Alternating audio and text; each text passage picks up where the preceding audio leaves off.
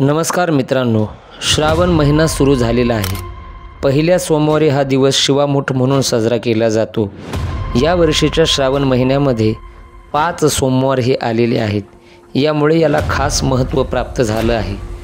श्रावण महिना सुरू झाला की श्रावणी सोमवार, मंगळागौर, नागपंचमी, रक्षाबंधन अशा सर्व सणांची रेलचेल ही सुरू होते। पण श्रावण महिन्यामध्ये श्रावणी सोमवारचं विशेष महत्त्व हे शास्त्रामध्ये सांगितलेलं आहे। भगवान शंकराला श्रावण महिना हा अत्यंत प्रिय आहे आणि त्यातली त्यात श्रावणी सोमवार हा अत्यंत प्रिय मानला जातो आणि म्हणून श्रावण सोमवारी वाहणाऱ्या शिवमुठीचे अनोखे महत्त्व आहे। याच सोमवारच्या शिवमुठीचे महत्त्व सांगणारी अत्यंत गोड असणारी पुराणामध्ये आलेली कथा आज आपण या व्हिडिओच्या माध्यमातून बघणार आहोत। आपल्याला नम्र विनंती आहे की व्हिडिओ शेवटपर्यंत बघा आणि ही कथा ऐका। भगवान शंकराची कृपा प्राप्त व्हावी वाटत असेल तर चॅनलला सबस्क्राईब करा, लाईक करा, शेअर करा ही विनंती। तर बघूया श्रावणी सोमवारची कथा, फार पुण्यदायक आहे, नक्की ऐका। आटपाट नगर होतं। तिथं एक राजा होता। त्या राजाला 4 सुना होत्या। 3 आवडत्या होत्या आणि 1 नावडती होती।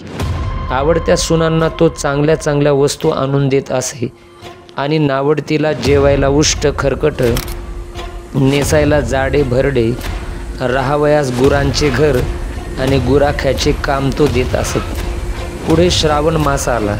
पहिला सोमवार आला। त्या दिवशी त्या नावडतीची नागकन्येशी आणि देवकन्येशी भेट झाली।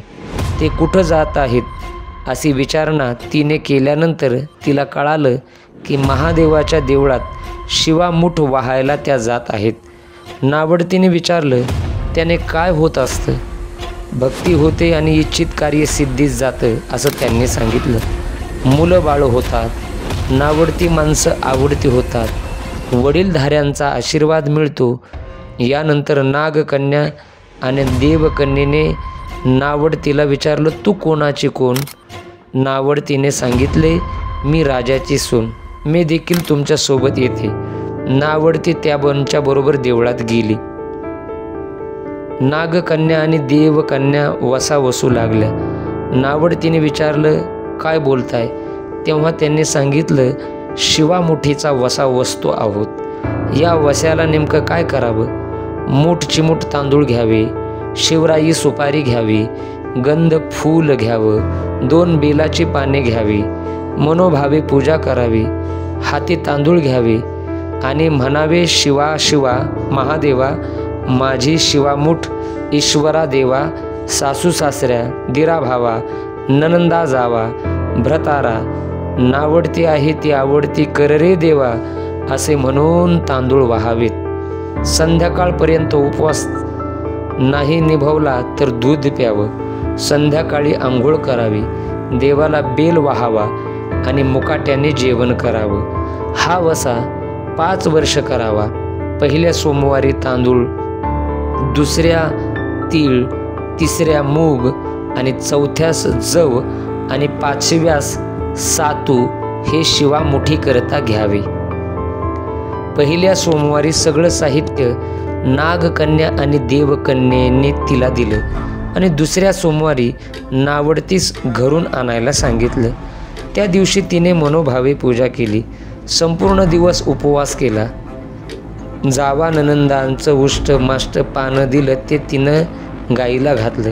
शंकराची आराधना केली आणि दूध पिऊन निजून राहिली। पुढे 3रा सोमवार आला।